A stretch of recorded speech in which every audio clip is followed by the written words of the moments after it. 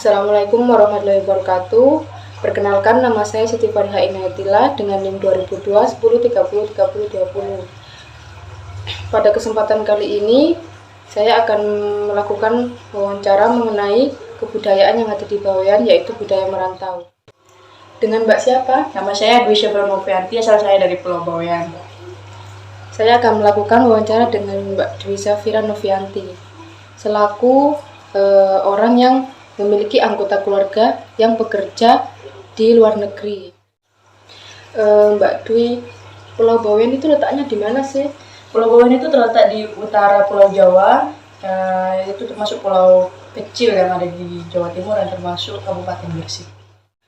Kalau boleh tahu, biasanya kesehariannya orang Bawean ini ngapain sih? Keseharian orang Bawean itu bertani sama nelayan. Kalau seumpama orang-orang yang ceweknya yang di Bawean tuh kesehariannya bercocok tanam di kebun, di sawah. Kalau laki-laki dominan di laut atau jadi nelayan. Saya dengar katanya banyak orang-orang Bawean itu terkhusus pada orang-orang Bawean laki-laki itu pintar dalam membuat bangunan atau rumah. Apakah itu benar, Mbak Dwi?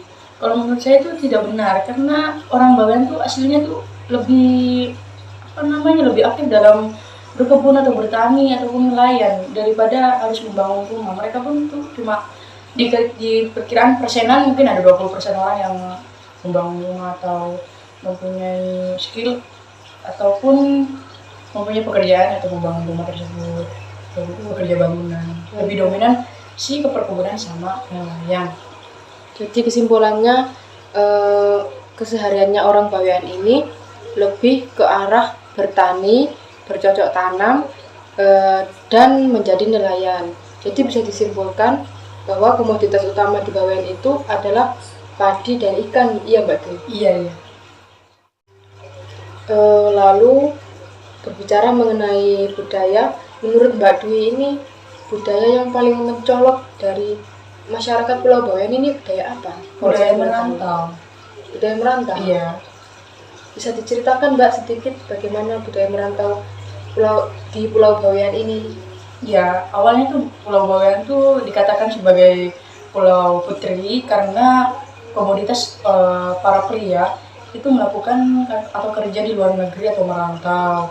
Karena kalau menghasilkan atau istilahnya daripada dia ada di Bawean tanpa ada pemasukan yang lebih menghidupi keluarganya, akhirnya para pria-pria tersebut melakukan merantau kerja di luar negeri. Alasan mereka pun kalau kerja di luar negeri lebih gaji ataupun pemasukannya lebih gede daripada mereka harus kerja di negerinya sendiri tapi dengan hasil yang minim. Baik, Kalau boleh tahu itu apa sih yang membuat orang Bawean itu sangat berminat begitu bekerja di luar negeri? Kalau menurut saya orang Bawean tuh minat untuk merantau ke luar negeri satu, karena iming-iming buat kekayaannya itu, iming-imingnya itu yang mereka incar, bukannya mereka melihat dalam kekeluargaan enggak, tapi mereka lebih dominan melihat iming-iming uang kekayaan yang harus mereka dapetin untuk membangun fasilitas-fasilitas di rumahnya, membangun rumahnya, mau beli tanah, mau beli sawah, itu yang mereka inginkan. Jadi apakah boleh saya menyebut bahwa persaingan ekonomi di Pulau Bawean ini sangat kuat begitu, Mbak? Iya lumayan, dikatakan lumayan. Oke, baik. Lalu kemudian kalau saya boleh tahu, biasanya orang Bawean yang merantau ke luar negeri itu kerjanya sebagai apa sih, Mbak?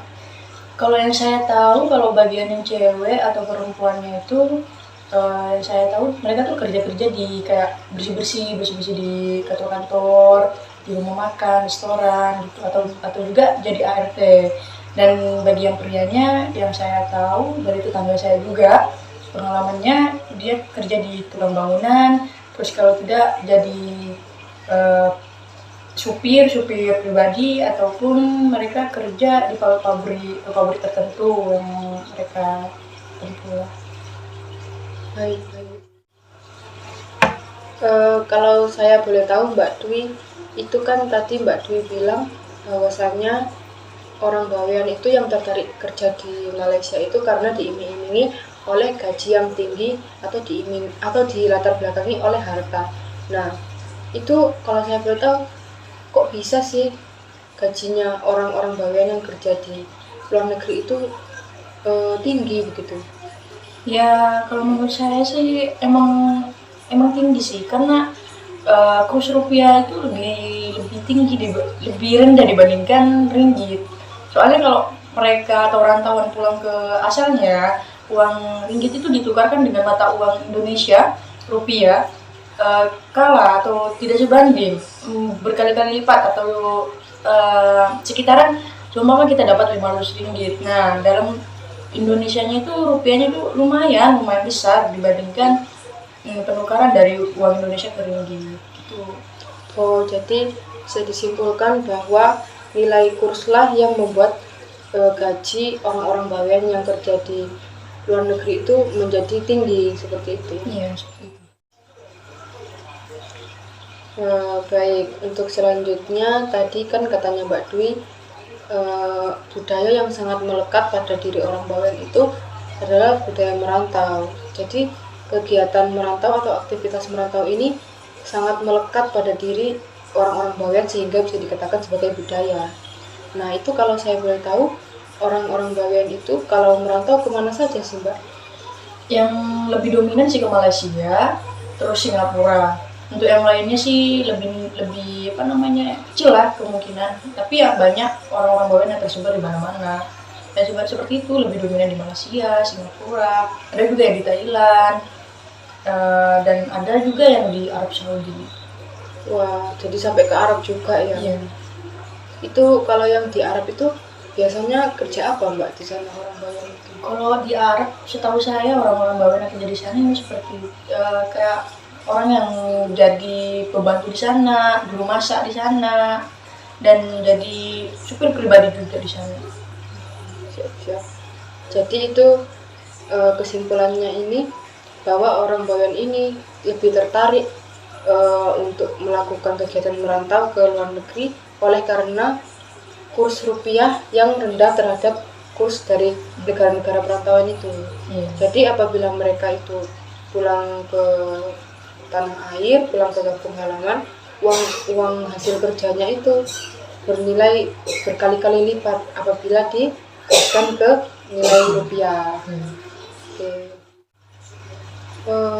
Untuk orang-orang yang biasanya merantau ke luar negeri ini berapa lama Mbak merantau ke sana? Apakah sangat lama atau hanya sebentar saja, sedikit-sedikit pulang seperti itu atau bagaimana? Gini ya, saya nggak bisa jawab secara detail ataupun secara runtut ya.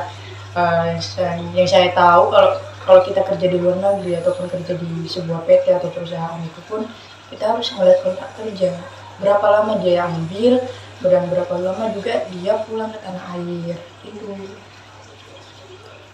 Lalu selanjutnya, apakah saya boleh tahu, apakah ada keluarga Mbak yang bekerja di luar negeri seperti di Malaysia, di Singapura, atau di tempat lainnya?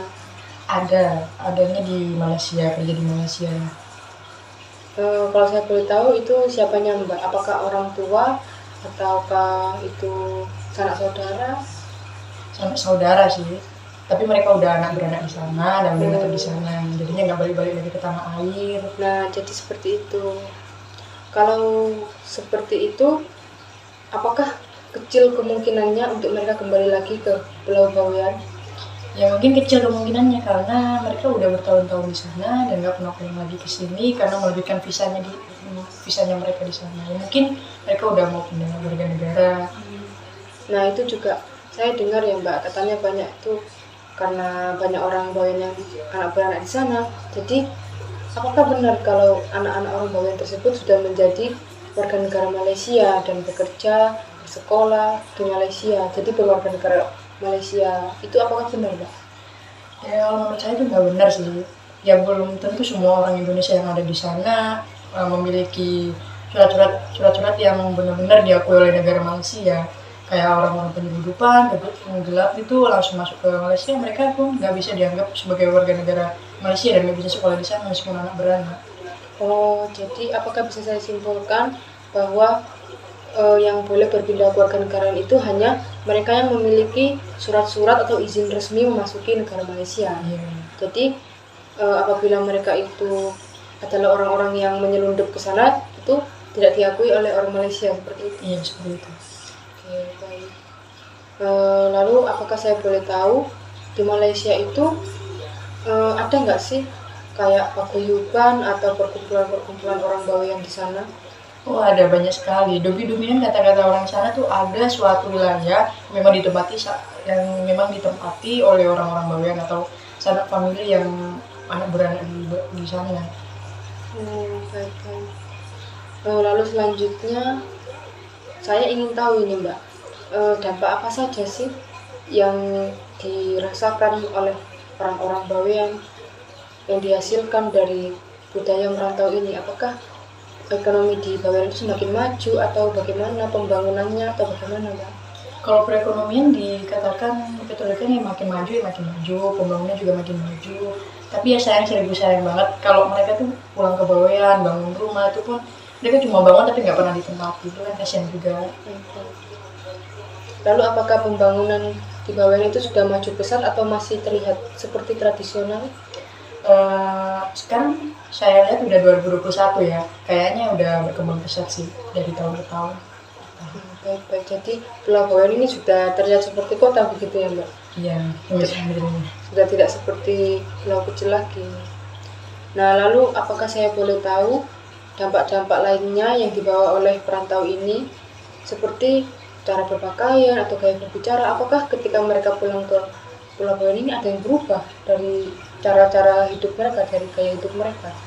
Yang saya tahu, yang saya lihat dan pernah saya alami juga, ya kemungkinan ada sekitar 70%-an ada orang dari udah lama kerja di luar balik ke Bawean dengan cara hidupnya atau cara berpakaiannya berbeda. Kayak hidup di lingkungan sana kan mestinya dilihatin orang banyak, bukan dilihat orang satu negara atau wilayah kan. Nah pas pulang ke Bawean mereka berubah, yang dari awalnya tertutup sekarang terbuka, agak terbuka. Ya, perubahannya itu pasti ada karena udah hidup bertahun-tahun di luar. Oke, baik. Berarti dapat saya simpulkan bahwa budaya merantau ini tidak hanya membawa dampak positif, tetapi juga membawa dampak negatif bagi orang-orang Bawean. Oke, baik Mbak Dwi, terima kasih atas waktunya. Maaf apabila sore-sore begini saya mengganggu.